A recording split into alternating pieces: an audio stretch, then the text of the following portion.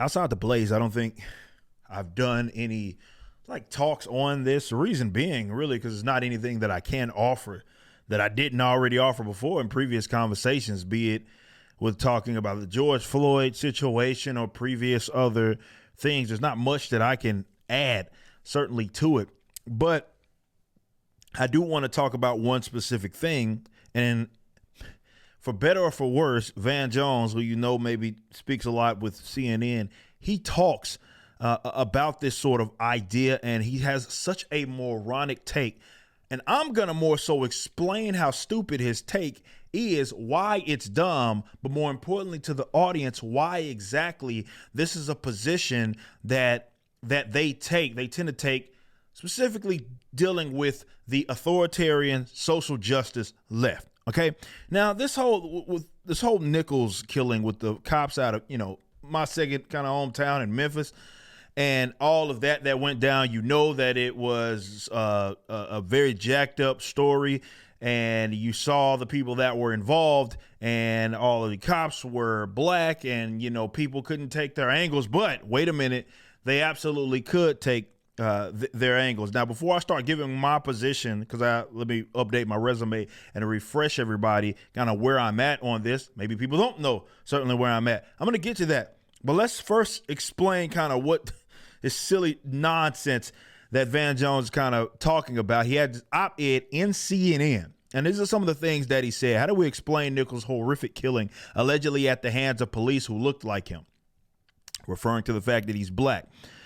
He says that, as this article notes, that stating that American society, this is what he said, he says, has often focused on race of the officers, so often white, which is kind of the angle that most have taken on these situations. The fact that he's mentioning all of this as if he's had no part of it, certainly working with the likes of CNN, is quite laughable. But this is what he said. He said the narrative white cop kills unarmed black man should have never been the sole lens through which we attempt to understand police abuse and misconduct. I would agree with that sentence, but isolated, it makes sense. When you consider it in context and the angle that he's going to basically play, you see just how stupid it becomes. He then says it's time to move to a more nuanced, they love that term, discussion of the way police violence endangers black lives.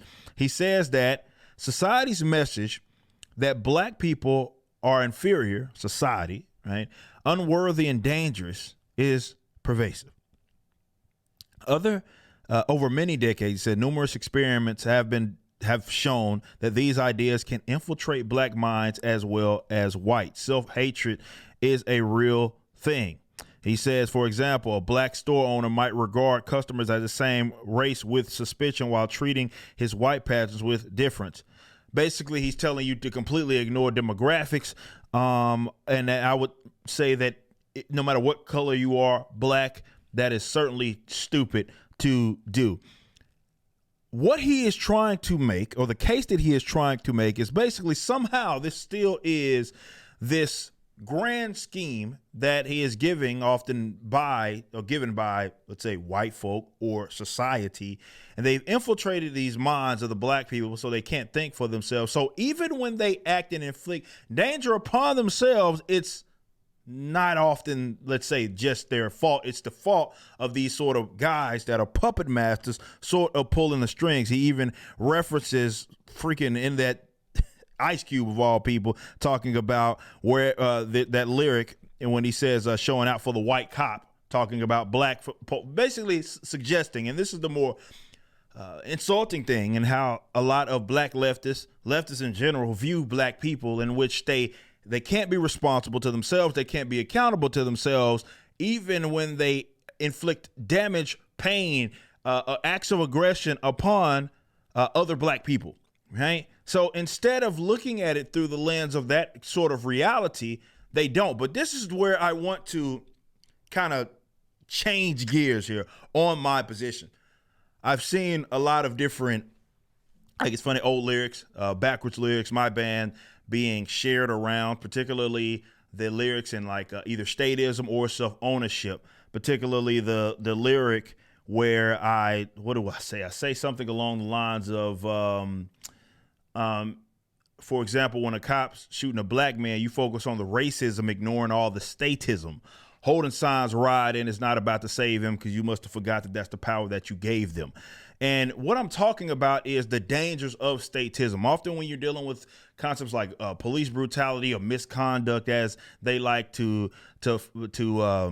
call it, whatever you want to call it, when the police act in error, you get people that focus so much on the racial aspect, and that's the only angle that they can take. So even in a situation like this, you may be one of those that are wondering, like, how on earth can this be the angle that these guys are going to take? It seems like there's an issue with maybe police or something like that. And you wonder, how on earth can they take this angle still playing the sort of racism card? Look, simple as this. When left to have to decide between blaming the state territorial monopoly on use of force, violence, and ultimate decision-making versus blaming racism, they are always going to take the latter, and that is racism. Criticizing statism would then blow up basically every position it is that they have, because often people like the Van Jones of the world, people like the CNNs of the world, in most cases advocate for some sort of increased statism, more nanny statism, which would, of course, put people in more conflict with the police. I mean, they choked out Eric Garner over cigarettes, loose cigarettes. So, of course, they're not going to criticize their daddy government. They're not gonna do that. Even when it makes no sense to play that card, they're going to reach for it because they would dare not. Even these sort of, I've been trying to tell definitely a lot of these conservatives who unfortunately have failed for the rhetoric of the leftists when they go around talking about like defund the police or even these terms abolish. These aren't positions that they actually believe in. You have to actually look at it, especially when you see often these community organizers or these organizations who put forth an alternative, and the alternative is often worse. It's wanting to put more power into, let's say, the state, and more power into, it's more like the woke police as opposed to whatever it is that they have right now. They're not trying to, let's say, this is why they don't advocate for lesser gun restrictions, removal, of the gun restrictions, so people can rightfully exercise, let's say their right. Let's say that instead of rightfully, let's say that they can exercise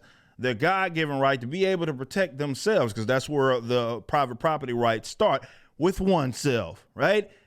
You see that the guys that will say abolish or defund the police, especially these Congress folk, they will not advocate. Hell, they will advocate more acts of like restrictions and magazine capacities and all that. You can't have both positions, right? That's because they don't have one at all. It's more of, this is something that we can pay lip service to, but when it comes to what we actually advocate, no. We're not going to be anti-statism. There's pro-government as anybody else that exists. Pro-statism, pro-police state. You guys saw that with the COVID situation. These guys have no issue snitching on their neighbors, have no issue with the cops beating you upside the head in the event that, let's say, you were out when you weren't supposed to be. They have no problem doing that. I don't know where this myth came from that the American left, the social justice left, actually wants to somehow like get rid of police because they pay lip service with some catchphrase or slogan. These guys are too stupid to actually have a position per se, let alone actually one that they can truly flesh out, as opposed to looking at it like on a single issue, which is often what they do, right? And then when you get to the nitty gritty and start asking questions, okay, what are you suggesting that this be replaced with other than like, let's say something that's worse, and then they will often describe something that is far worse than what they initially had. The guys that are actually anti-government are going to be the guys like myself. When I look at something like that happened with this, the Nichols situation, or these other various forms of statism that happens, acts of aggression by way of the state that happens to black people, white people, whatever have you, I look at that as an absolute crime, and this is why I'm an anarcho-capitalist in the first place, right? I extend this to the logical conclusion, as opposed to just having some edgy sort of position and acting like, or saying that I hate people that are in authority, but then at the other side of your mouth, you will go support absolute state socialists like the Bernie Sanders of the world and whatever leftists that they throw in your face, the AOCs, who are as pro-big government as anybody else, right? So when you are confused and you're like, man, well, how on earth could they take this position? How could they somehow play the racism card? That's all they have. Because it's either that you got to criticize, if you're going to criticize who's actually at fault, which is the state, that blows up your entire position. And they wouldn't dare criticize their Lord and Savior government and actually blame them for the situations that exist. They need racism. So that's all that they're going to play. And this is why these issues, specifically in what we're dealing with here, this is why these issues will never be resolved. Wherever you're viewing the content, I appreciate you. If you enjoyed it, you may be interested in my comic book company, Rippaverse Comics. Our first book and campaign, ISOM #1, brought in $3.7 million with tens of thousands of satisfied customers. Visit Rippaverse.com to check out our store and stay up to date with the latest campaigns from one of the hottest new comic book companies. Also, my first big step towards a parallel economy was the development of my personal website, ericdjuly.com. This entirely replaced my Patreon. Now, if you enjoy this content, please consider becoming a member over at the website. We have an ever-expanding list of perks for various membership tiers, a forum, and a phone app. Some of these perks will even benefit you if you're fans of the Rippaverse. Anyway, I appreciate you so much for being a supporter and or customer. I even got a little love for my haters.